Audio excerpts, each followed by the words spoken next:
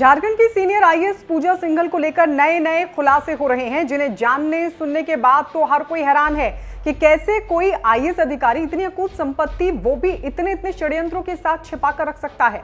वैसे तो पूजा सिंघल को लेकर रोज रोज नए खुलासे हो रहे हैं, लेकिन अब जो बड़ा खुलासा सामने आया है उसे सुनकर आप भी चौंक जाएंगे। झारखंड के सीनियर अफसर के खिलाफ ईडी की कार्रवाई लगातार जारी है। पिछले 7 दिनों से चल रही इस जांच के दौरान ईडी ने कई बड़े खुलासे किए हैं। आइए बताते हैं आपको कैसे जांच के घेरे में आए करीब 15.25 करोड़ रुपए में से ज्यादातर राशि भी पूजा सिंघल की ही निकली।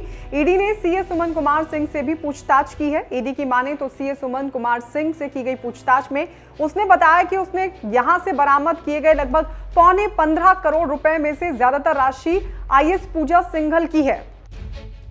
ईडी के असिस्टेंट डायरेक्टर विनोद कुमार ने जो कोर्ट को बताया है उसके मुताबिक सीए सुमन कुमार सिंह ने पूछताछ में एक अस्पताल को लेकर जानकारी दी है और ये बताया है कि पल्स अस्पताल की जमीन को खरीदने के लिए एक बड़े बिल्डर को जो 3 करोड़ रुपए नकद दिए गए थे, वो भी पूजा सिंघल के कहने पर ही दिए गए थे। ईडी ने कोर्ट को जो तमाम ब्यौरे दिए हैं उसमें पूजा सिंघल की रिश्वतखोरी से जुड़ी कई और जानकारी भी है और जानकारी ये भी बताई गई है कि खूंटी में मनरेगा घोटाले के एक आरोपी अफसर ने ईडी को जानकारी दी है कि पूजा सिंघल जब खूंटी में डीसी के पद पर तैनात थी तो उस वक्त जूनियर इंजीनियर राम विनोद सिन्हा कई बार उन्हें सीधे रिश्वत की रकम पहुंचाता था। साथ ही कई बार वो उनके अधीनस्थ अफसर को बंद बैग में रुपयों की गड्डी भी सौंपा करता था और फिर अफसर रुपए भरे बैग को पूजा सिंघल के पास पहुंचा देते थे। आपको बता दें कि मनी लॉन्ड्रिंग के मामले में ईडी ने उस अफसर को भी अभियुक्त बनाया है।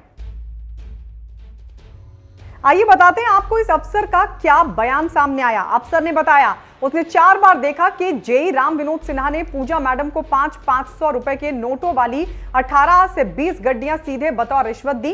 ये राशि मनरेगा की योजनाओं में की जाने वाली गड़बड़ियों के एवज में दी जाती थी। ईडी ने यह भी खुलासा किया कि खूंटी के साथ साथ चतरा में पूजा सिंघल जब बतौर डीसी पोस्टेड थी तब मनरेगा में बड़े पैमाने पर गड़बड़ियां हुई। ईडी ने पूजा सिंघल और उनके पति अभिषेक झा के जो बैंक स्टेटमेंट खंगाले हैं उसके मुताबिक उपायुक्त के रूप में उन्हें जितनी सैलरी मिली उसकी तुलना में उनके खाते में 1 करोड़ 43 लाख रुपए ज्यादा जमा हुए।